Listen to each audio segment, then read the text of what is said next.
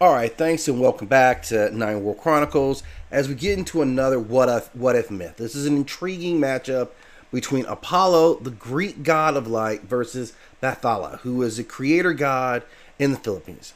Now, let's get to know both of these guys, right? Like Apollo, you probably heard about him. He's the god of light, music, prophecy, healing, and archery. His primary weapon is a golden bow capable of shooting arrows with deadly precision, and they're often either symbolizing divine justice or, more importantly, they're weapons of plague, which is one of the aspects of him that's not talked about that often. Now, he's also known for his wisdom and his ability of foresight, so he's kind of like an oracle. His strengths are going to be his additional control over light and his celestial nature, which is radiant and vibrant in combat. And he's well skilled.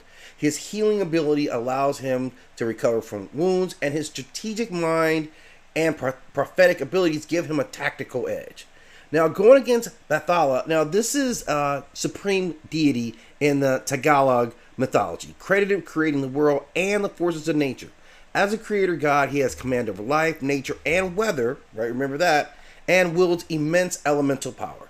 His strengths come out of his authority over nature and creation to bend to his near omnipotence within this domain. He can summon storms. He can reshape the environment. He can really potentially just really negate Apollo's abilities by overshadowing with natural phenomenon.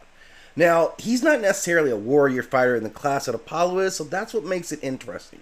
I think early on, Apollo would attempt to kind of strike long distance with those bows. And this is going to be a telling moment, because if he can inflict some type of plague or disease that affects this deity, well, then obviously this fight's going to be his. But I don't think that that's what's going to happen. I think that this primary deity is able to absorb that, even the sickness from a god himself. I think he's going to be able to shrug those off. And then it gets into a whole different type of fight, where even in the mid-range game, Bathala has the advantage with just all the stuff that he can throw out.